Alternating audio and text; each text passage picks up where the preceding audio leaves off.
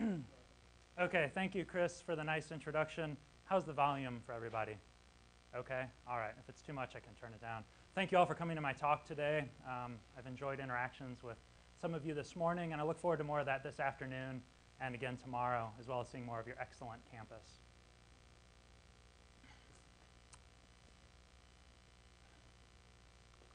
By now, we've all been informed that we live in the Anthropocene, which is an era marked by widespread anthropogenic impact on nearly all natural systems. From changing climates to pollution that extends even into seemingly pristine areas, to landscape change that's now visible from space, and the spread of invasive species around the world. These anthropogenic changes to the environment are and will profoundly impact almost all species on Earth. While many of these species or their ancestors have evolved in response to past global changes, the scope and speed of anthropogenic change pose real challenges. That's okay. I believe it's working. Yeah. Thank you. So I was talking about the challenges of the Anthropocene because of its the rapid changes in the global environment. For many species, these rapid changes are devastating. Our extinction rate in the Anthropocene is 1,000 times greater than the background rate.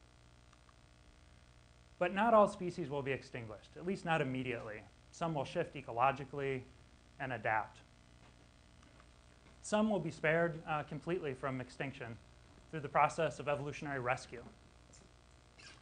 And others may persist with help from humans through human-aided evolution or prescriptive evolution. We still know very little, however, about how species respond ecologically and evolutionarily to global change. As a result, one of the major problems facing us as scientists in the Anthropocene is to understand how species respond ecologically and evolutionarily to anthropogenic global change. My research addresses this by asking how diverse and changing thermal and acoustic landscapes influence the ecology and evolution of birds. My research focuses on birds as a model organism, but this research and the concepts could be applied to many others. My goal is to understand how the environment influences the individual at the individual level regarding behavior and function, how those challenges select for traits, and how this scales up to influence ecology and evolution on population, species, and ecosystem levels. My approach is to use empirical data to test and expand theory, often using experimental manipulation. This research is quantitative and highly integrative. I study birds in the wild, in various lab settings, in the museum, and through computer simulations. In the Anthropocene, thermal landscapes are changing in various ways.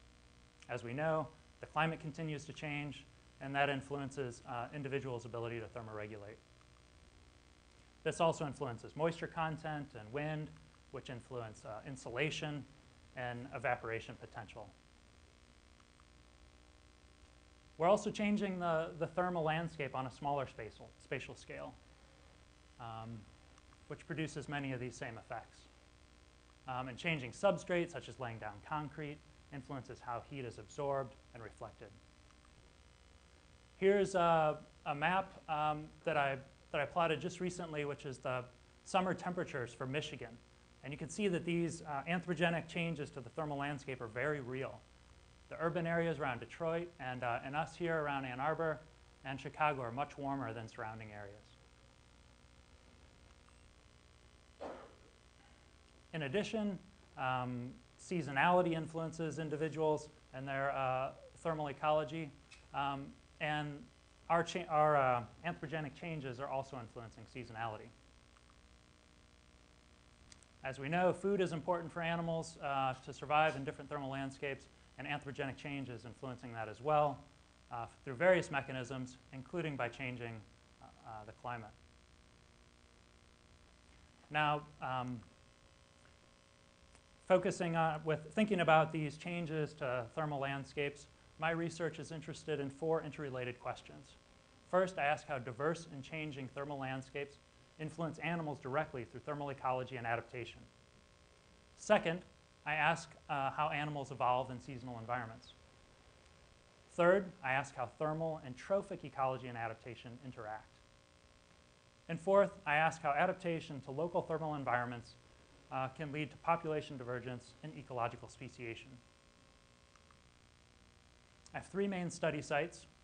In the Galapagos Islands, I study the ground finches, which were made famous by Darwin. As you can see here, they come in 3 main sizes: small, medium, and large, which allow comparative studies. Habitats of interest there include the hot, dry lowlands, the cool, moist highlands, and human-altered habitats. A second major study site is on the Channel Islands and nearby mainland of California. This is also known as the Galapagos of North America because of the great degree of divergence among these islands. There I study song sparrows, which are highly variable across the islands and the mainland morphologically and based on color and in life history traits. This area is a Mediterranean climate, but there is a gradient in summer temperatures across the mainland and the islands, where on the islands, low wind-swept islands, such as this one in the foreground, are cold, and higher islands, such as this one in the background, have deep valleys and become quite hot in the summer. On the Atlantic coast, I study birds in tidal marshes and along a climate gradient from hot, dry sand dunes through urban and exurban habitat in the coastal plain and Piedmont and up into the mountains, the Appalachian Mountains, which are moist and have very cold winters. Just a note about analyses, a lot of the relationships that I study are complex. You'll see some p-values throughout my talk, but I oftentimes prefer a multi-model approach. For that, I model response variables, such as bill size in this example, as a function of other predictor variables, such as temperature, shown here. I then fit variations of that model and rank them based on how well they fit the data with AIC or Akaike's information criteria. Each model is then assigned a weight, which indicates support for the model. And throughout my talk, you'll see evidence ratios associated with a lot of my figures, which is the weight of the model of interest divided by the weight of an appropriate null model. For example, here, a model without temperature included.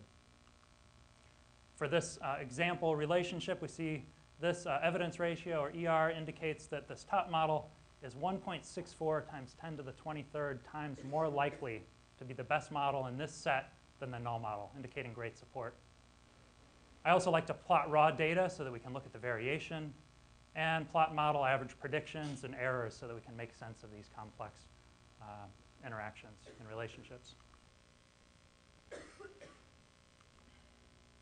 My goal in studying thermal ecology and adaptation is to understand the integrated animal and the environment. And this focuses on many aspects of an animal's biology. I use the bill as a model study feature, and this is because the bill is a textbook study feature for ecology and evolution.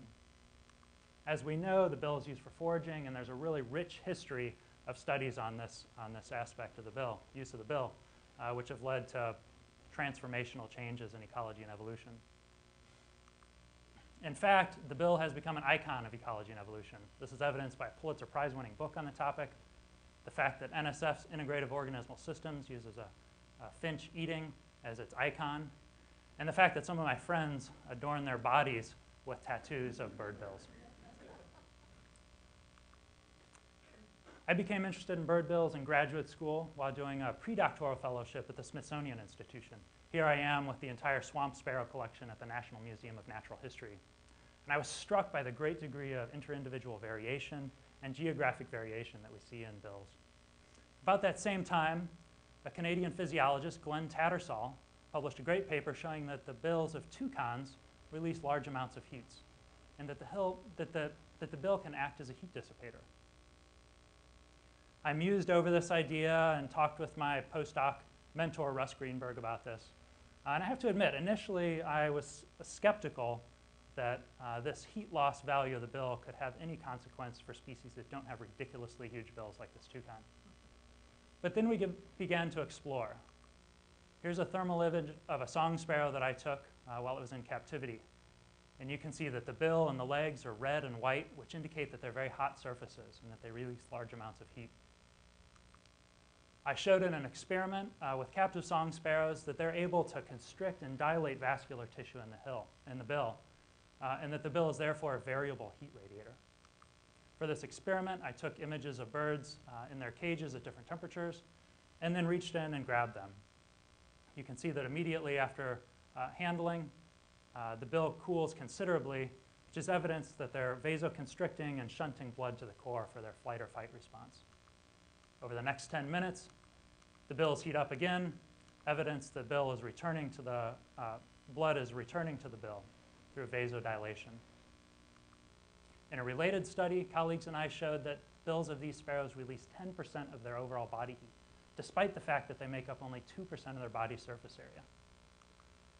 Now, importantly, this heat that's lost through the bill is dry heat. It's dissipated from the surface, which can be contrasted with wet heat, which is lost through respiration and carries large amounts of water.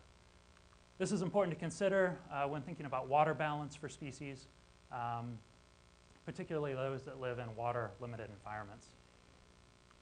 I found evidence that the bill is selected for this function of heat loss through a couple of different approaches. And the first is through biogeographical studies. Here I've plotted the ranges for all North American tidal marsh sparrow species. Colleagues and I measured almost 1,400 specimens, museum specimens of these birds, and showed that their bill sizes are larger in hotter locations. And this is true for both males and females. And you can see that the evidence ratios here, 94 and almost 1,500, indicating great support for summer temperature explaining these patterns. One of my favorite examples from this paper is the song sparrows of the San Francisco Bay Area. Here I've lined them up and photographed them, the specimens. And the population with the smallest bill lives in the south lobe of the San Francisco Bay, which is the coolest. The bird with the medium-sized bill lives in the medium lobe, or in the middle lobe, which has a moderate temperature. And this bird here, which has a relatively huge bill for sparrow standards, lives in the Sassoon Bay, which is the hottest. And these data points are shown here. In another paper, a colleague and I measured almost 1,500 bird specimens across the state of California. And here I've plotted sample sizes at their collecting locations, in addition to summer temperatures across the state, and including the Channel Islands. And this is for the song sparrow. And we found that, again, at higher summer temperatures, birds have larger bills. And this is true both for mainland birds, shown in purple and green, and birds that live on islands, shown here in red.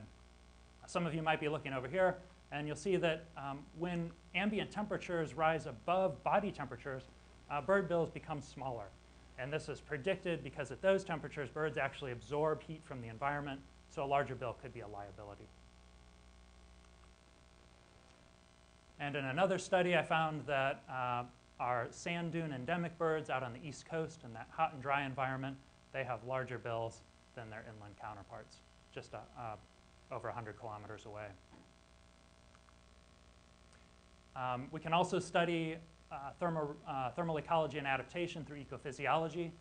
And in another study with this dune endemic sparrow, we found that the dune endemic species releases 33% more of its heat through its bill than the nearby inland populations. And this can be calculated to produce a water savings of approximately 8%, which could be important for these dune endemic species. I'm also leading research in the Galapagos, which is funded by the National Geographic, among other sources.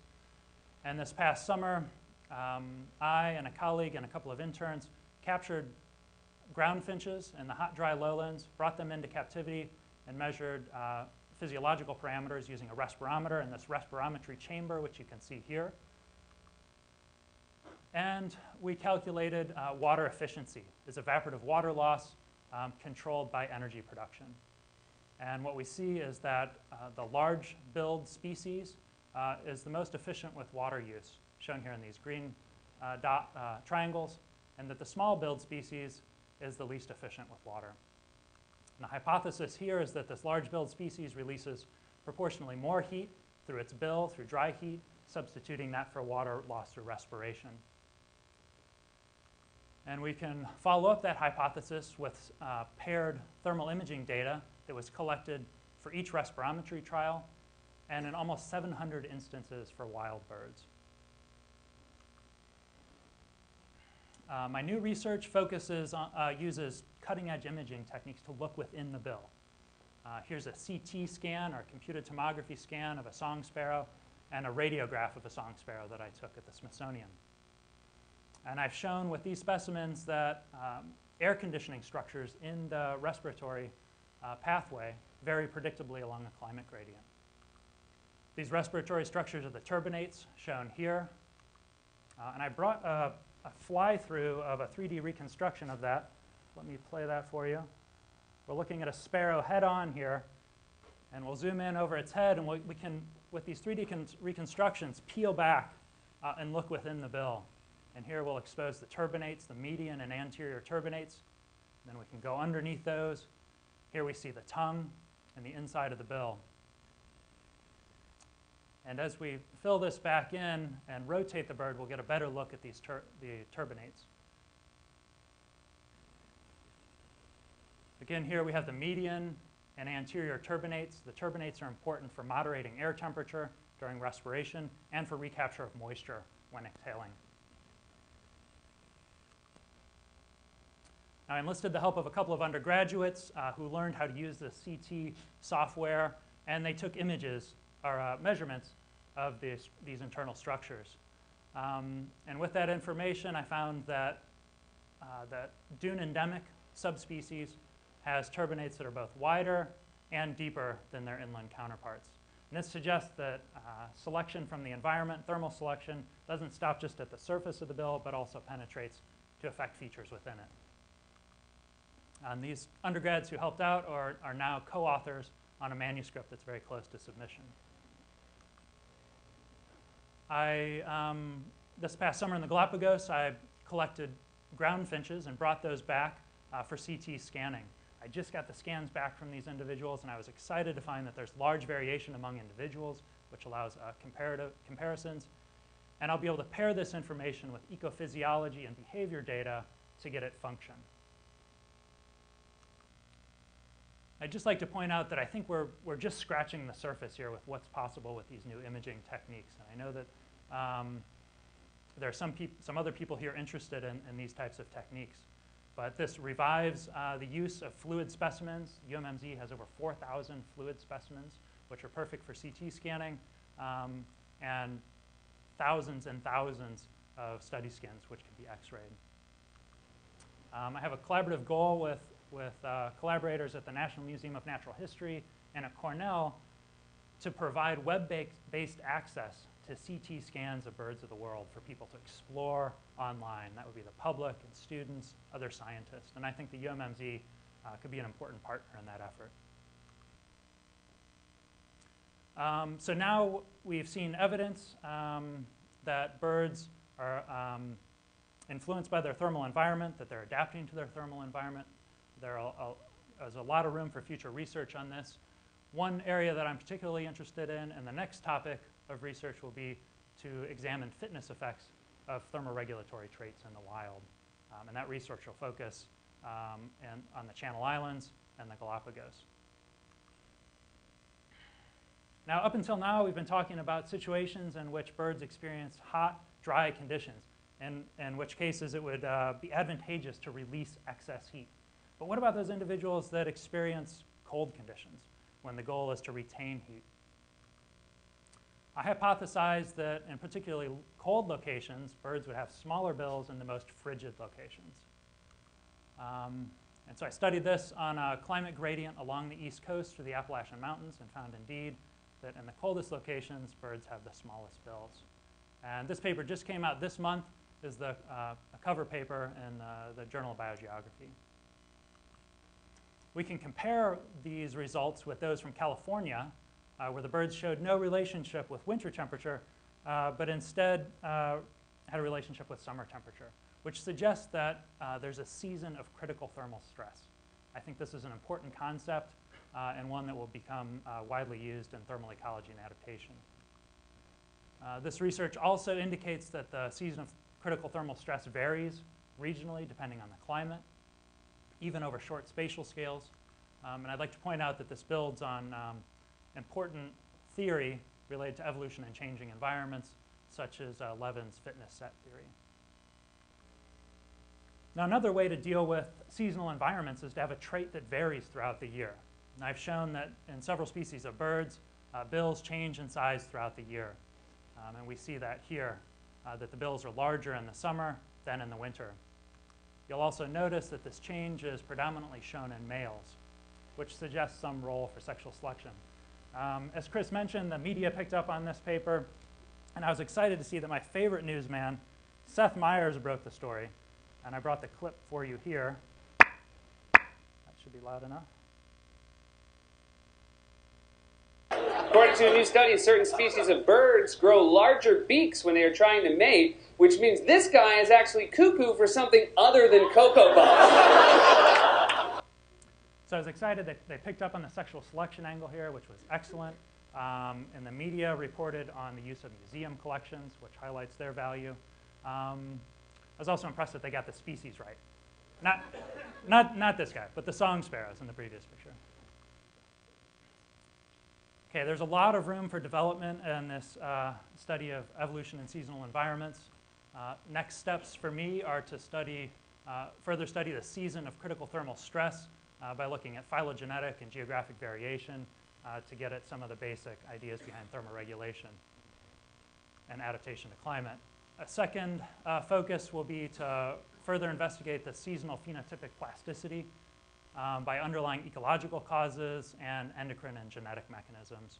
Here are pictures of two undergraduate scientists who are helping me with that effort by examining museum specimens, by taking radiographs, measurements, and georeferencing museum specimens. And again, this work will continue to use birds in the wild, in captivity, and in the museum. At this point in the talk, some of you might be thinking, what about food? What about that traditional view of the evolution of the bill, that the bill is selected just for foraging? And that's a great question, and one that I've been thinking about too. My research also focuses on that interaction between thermal and trophic ecology and adaptation. I hypothesize that thermal environments influence some characteristic related to food, which then selects for the bill. And this could also lead to our patterns of bill morphology that we've seen. I tested this hypothesis this past summer across the Channel Islands, focusing on two populations. Birds on San Miguel have smaller bills, and they're on one of these cold, windswept islands. The second population was on Santa Cruz, which is a higher, hotter island, where the birds have larger bills. And to test this hypothesis, I used two functional morphology experiments. The first is to measure bite force, where a technician and I captured birds in the wild, and then we had birds bite down on these little plates right here, which registers a force and then can be measured in newtons. The second study was a feeding efficiency trial. I guess I should say that the hypothesis with this is that birds with larger bills are better able to crack larger or harder seeds. The second study was one of foraging efficiency, with the hypothesis that birds with different bill morphologies are better able to crack seeds of particular sizes more quickly, that they're more efficient. For this, a graduate student mentee and I captured birds early in the morning, put them in cages that I designed, shown here, and fasted them for 2 hours to induce hunger. We then added seeds through a chute, and the seeds were of known size and hardness, and then video recorded them while they ate. And I enlisted the help of an undergraduate to help analyze those videos and measure the time that it takes for the bird to pick up a seed to crack that seed. It's foraging efficiency. And here, for the results, we see that bite force did not differ between these islands, and it was not related to bill morphology, suggesting that larger bills are not better at cracking larger or harder seeds. Likewise, I found that foraging efficiency did not differ between the islands, shown here, or in relation to bill size, suggesting that that variation in bill morphology we see does not confer an advantage for feeding efficiency. Now we're rounding out this study by measuring seed size and hardness, and I hypothesized with the hypothesis that seeds would be harder or larger on that hotter island To be honest, I don't think they are. Most of the seeds I've seen in the wild are relatively small and soft. So based on these combined studies of thermal ecology and trophic ecology, I conclude for the song sparrow that the geographic variation we see in bill morphology is a result of selection related to the thermal environment rather than foraging. I think this is really exciting. We know that the bill is used for feeding. This provides another perspective on the use of the bill and bill evolution. In addition, I believe this is an excellent study feature for investigating thermal ecology and adaptation in general. Now, the intersection of thermal and trophic ecology isn't restricted just to the bills. We know that birds have a hard time thermoregulating in the winter. I feel sorry for the birds that are out right now suffering this Arctic extreme.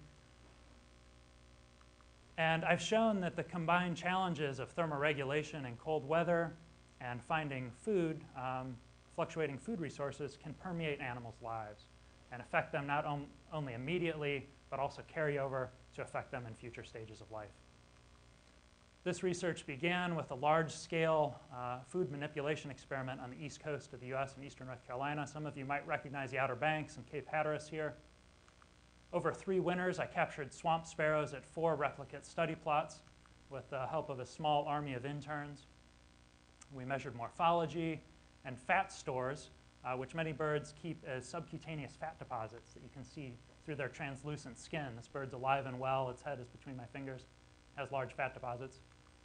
I also marked each bird in these populations to measure demography, identified sex based on a genetic marker, and age based on a novel plumage character that I identified throughout the course of this study. And in seasons 2 and 3, I supplemented food at 2 of the 4 sites in the form of millet and mealworms. And I coated this in capsaicin or chili pepper powder so that the rodents wouldn't eat that. Birds can't taste chili pepper powder. And what we see is that food abundance in this cold environment limited fat reserves. Here we have 4 panels, 1 for each plot. We have body mass controlled for structural size on the y-axis and year here on the x. And we see that on the experimental plots, all age and sex classes increased in mass following food supplementation. Okay, we don't see this on the control plots. This was a novel, important finding for avian ecology. Interestingly, all individuals on all plots increased body fat and mass in 2010, and that's a result of an interaction with climate. That was a very cold season, and birds had to put on extra fat to thermoregulate. I'd be happy to talk with any of you in more detail about that. Now, this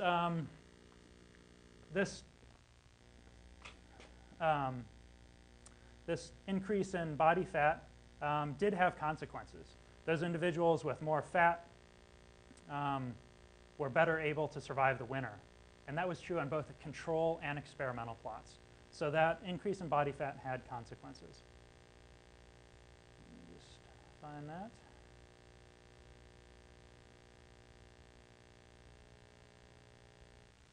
Okay, so here on the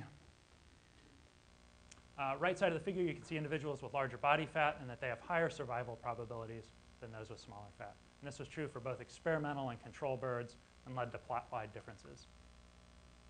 In addition, those individuals given supplemented food were able to molt earlier, molt their body feathers earlier and more extensively.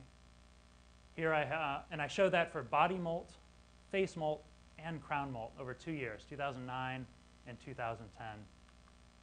I've circled the experimental birds here, and you'll see that in all cases, those experimental birds molted their feathers over a week earlier than the control birds, sometimes over a month earlier. And this provides novel and important evidence that food abundance in these cold environments can limit the timing of molt and the extent of molt, which I hypothesize influences migration timing for this species, which is a migrant, and then also the timing of breeding, which has important consequences for reproductive success. I followed this up with a captive experiment with birds at the National Zoological Park at the Smithsonian in Washington, D.C., where I fed birds unlimited diets and maintenance diets. The birds fed unlimited diets came into breeding conditions earlier, which is shown here by the cloacal protuberance volume, which is a measure of breeding preparation. This is no huge surprise. It was good to verify, but no big surprise. The exciting thing was that those individuals that came into breeding condition earlier were able to outcompete those individuals on the restricted diet. Here's a video of one of these paired contests. Don't really need the volume. What we see is that the individual in the back is making quick turns and hops and wing flicks. He was on the unlimited diet, came into breeding condition earlier. These are all dominance displays for these little birds. Pretty scary, right? And then here, the bird in the foreground was on a restricted diet and had not yet come into breeding condition. And so it mainly tries to avoid this dominant individual. Most of these contests do not lead to fights, rather one individual chasing another around the arena.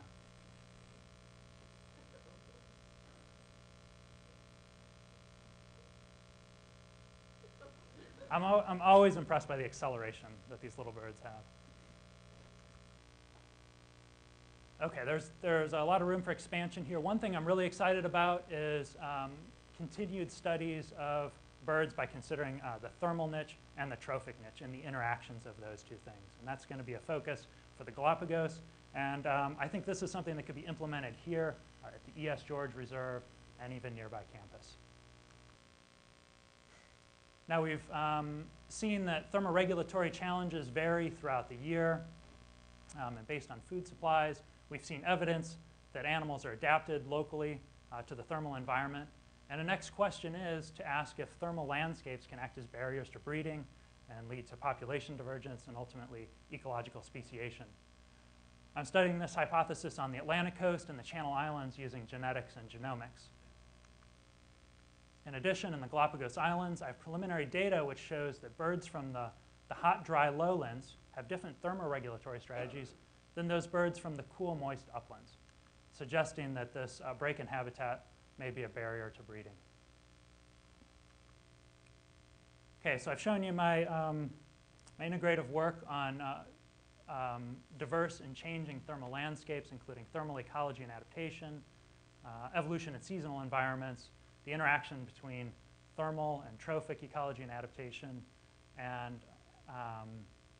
ecological speciation. I think that this research is important, and as we move forward, it provides a strong groundwork for assessing threats of anthropogenic change and considering the potential for species to be saved from extinction through evolutionary rescue and human-assisted evolution. I'm applying this information to conservation by using knowledge of adaptation and prescriptive evolution to restore extirpated populations on the Channel Islands. So I'm partnering with the Nature Conservancy and the National Park Service to identify which island populations should be used as sources for restoring populations that have been previously extinguished. We're focusing on Santa Barbara Island first, which is a 1 square mile island shown here. It was bombed in the early 1900s. Goats were introduced, which ate all the large vegetation. Rabbits were introduced, which ate all the small vegetation. And then a fire ripped through in 1959, which was the coup de grace for this small species. Here's a photograph that I took this past summer on a trip to the island, and you can see that portions of it are just a moonscape. In addition to advising on revegetation efforts, we'll conduct this translocation as a large-scale experiment. Each individual translocated will be measured in high detail. Photos will be taken for coloration. Each will be sampled for genetic material and tagged. And with this, we'll be able to watch evolution in action. Regarding the bills, I hypothesize that following release, bill size would be selected for its thermoregulatory function and ultimately equilibrate at the values seen by historical populations, which we know from museum specimens. All right, I'll shift gears now and talk about another ubiquitous, though less often discussed aspect of anthropogenic change, which is the increase in anthropogenic noise and our change to acoustic landscapes. Here is a spectrogram that I took last night in the middle of campus. You see time on the x-axis and sound frequency on the y-axis, and intensity is shown in color. And all of this noise right here is a car passing by. Okay, in our seemingly quiet environment on the campus, a lot of this frequency range is dominated by anthropogenic noise. A lot of this noise overlaps the range of hearing for birds. Now, this overlap of anthropogenic noise with the hearing range for animals could lead to reduced signal perception. It does lead to reduced signal perception. And that could lead to a whole suite of ecological and evolutionary implications. From extirpation, if individuals simply can't hear one another and they move out of the area to find mates, to cultural or genetic evolution of sound production, and the evolution of behavior, mate choice, and hearing. With new funding from NSF, colleagues and I are studying the impacts of increased anthropogenic noise on birdsong evolution.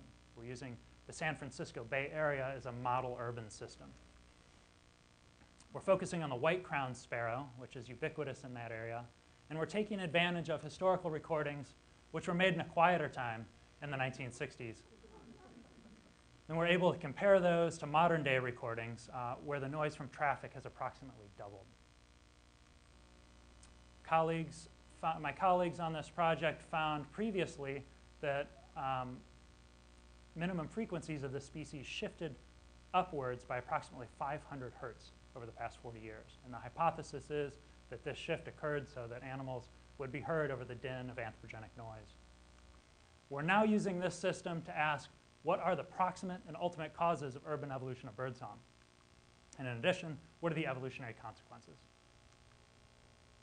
This is an integrative study. I'm really excited about it. It includes behavioral studies in the wild and in captivity, a hand-rearing experiment, learning experiments, mate choice trials, and here's some early results. I had a graduate student collect song data across a noise gradient from quiet to loud across the study sites, and frequencies plotted here. And we see that at the population level, there increases as it becomes louder, suggesting cultural evolution at those louder locations. There's also variation within these sites, suggesting plasticity. And at the top here, frequencies level out, suggesting there's a limit to performance. I'd be happy to talk with any of you about that later. Central to this study is a novel simulation model that I conceived of and am developing. It's the first individual-based model of quantitative song evolution. Here's a schematic. Individual-based models are gaining a lot of attention right now because they allow us to follow individuals throughout their life cycles and therefore study full life cycle biology. By including information on traits and selection, we can study evolution, including the evolution of cultural traits, such as this model does. And I'm using this model to help us understand the mechanisms and consequences of urban evolution of birdsong. Here's output from a version of this model. You see minimum frequency here on the y-axis, and I use those historical songs as input values and then let them evolve over time through a scenario of drift. And this is 10,000 iterations of that evolution, and you can see that the 95% confidence interval includes these songs here. Current songs lie outside that range, indicating suggesting that they have evolved through selection rather than drift alone. I think there's a lot of potential for development of models like this. In fact, I'm developing this model as a new statistical package for R called Cultural Evo, which will be freely available online. It will be open access, which means that other people can manipulate it. And it's broad enough that people will be able to model the evolution of other cultural traits. So we know that birds are shifting their songs in response to urban noise. We're getting at some of the mechanisms of this. I see next big steps are to study the spatial scale at which song evolution occurs in response to noise. For example, at large cities and smaller cities, different noise centers of noise size. And then also to use this individual-based model to perform comparative studies to get at some of the basics of song evolution.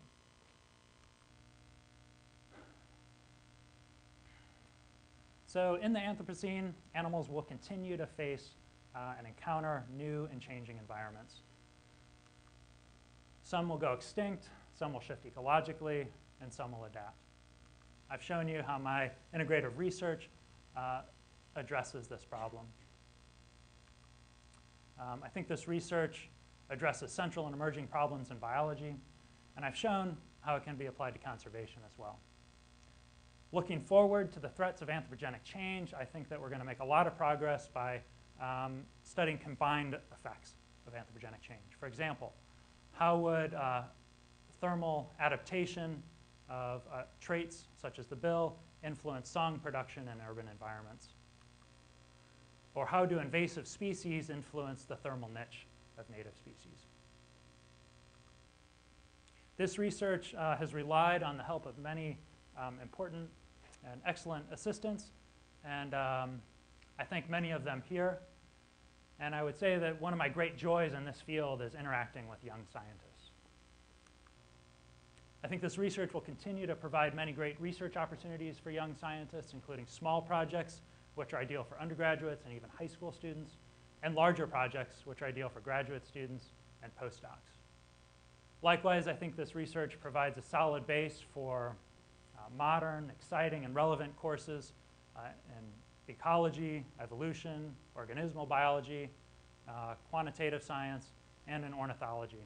In particular, I envision an ornithology course that's based on regular field trips, use of museum collections, and exposure to lab methods, all using cutting-edge techniques. This research is also highly collaborative, and I thank many of my collaborators here.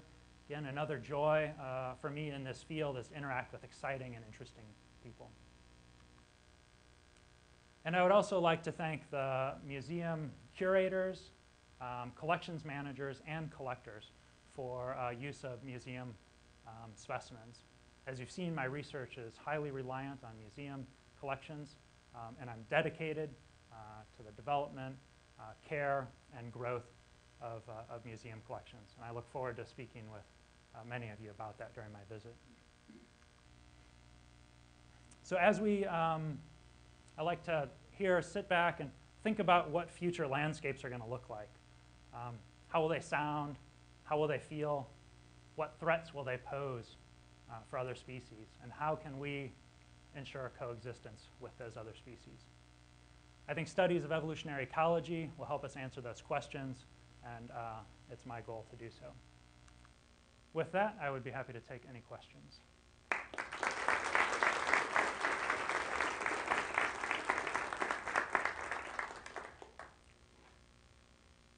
Yes?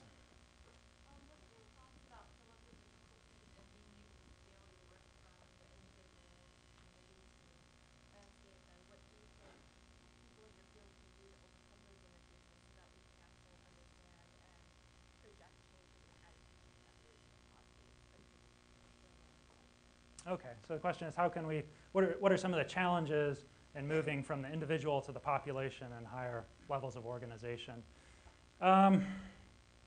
Well, one of the challenges is to understand interactions with other species, and we can get at this by taking a community approach and studying many within that community. I'm actually talking with a colleague now about such a project in the tropics, where we would look at a community of flycatchers and study thermal ecology of the individuals within that community and functional morphology and selection in general across a climate gradient. This exists across a climate gradient. So okay, so a community approach would be one way to get at that. Any other questions? Yes, here. So when you talk about thermal landscapes, most of the things that you described, from my perspective, were all non-anthropogenic. Right. So is there any evidence when it comes to birds about anthropogenic landscapes, like urban settings, rural settings? Is there a signal there? Yeah, well, yeah, okay. Well, I think that's where research is headed right now. One of the challenges is that thermal landscapes change from our research perspective over a slow scale. So comparative studies across climate gradients are important. And I envision the future of this work focusing on anthropogenic environments and nearby natural environments. That's right. There are studies, a couple of new studies coming out, many of which cite my work here, showing relationships between morphology and changing climates over time, including bills and wings. There's interest in wing growth as well. Yes? Thinking back to the idea that bills are also used for feeding, Yeah. if the size of the beak is relevant for heat loss, Mm-hmm. is selection to optimize both heat loss and feeding going to end up altering the shapes of the beaks in order to maximize the mechanical advantage at a given size? I think you hit the nail on the head there, exactly. What we would expect is that, and I'm not arguing that the bills are not used for foraging. They definitely are. But I think that this research shows that the geographic variation that we see can be attributed to the thermal environment. But I agree that, and I think you're exactly right, that bill morphology is a sum of selection for multiple processes. Yeah. From multiple sources of selection. Yes, and in the back there.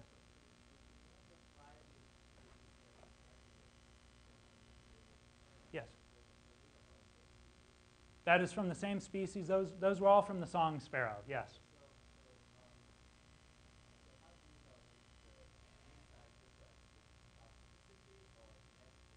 That's an excellent question. So is this thermal gradient causing bills to vary simply because of plasticity or because of local adaptation? One thing I didn't point out in that study is that I did use X-rays as well, so we know that that variation is seen in the bone and in the outer side of the bill, which is made of keratin, which is kind of like our fingernails. Okay, so that's one thing to keep in mind. But there have been other studies which have shown that bill size differences are stable even when these birds are raised in captive environments in related species. That's right. There is some famous work. There's a famous paper by Francis James from the early 80s which shows an environmental component to bill morphology, and that plasticity does play a role in that. But I've spoken with her about this, and she likes to remind people that this study also showed that there's a very strong genetic component. So plasticity is playing a role in there somehow. We're not exactly sure how, but there is definitely a genetic component underlying this. Yes, Chris? So you emphasize bill size, but what about the morphology inside of the bill and all those turbinate structures? Is that changing in a measurable way across the range in relation to temperature? That's a great question. So you probably noticed that on the CT, with the CT scanning, I was able to show that turbinate size does change across that climate gradient. There's a lot to look at inside the bill, and I think CT scanning is the way to get there. We can look at fine features. Birds actually have small ridges on the inside of the bill that are used for cracking seeds. As far as I know, nobody's looked at those. There are a lot of internal features in the bill that could be studied that have been overlooked. And again, I think it's important to focus so intensely on this feature because it's such an icon of ecology and evolution. I think we're going to have to leave for the next incoming class, but thank you very much, Ray. Thank you.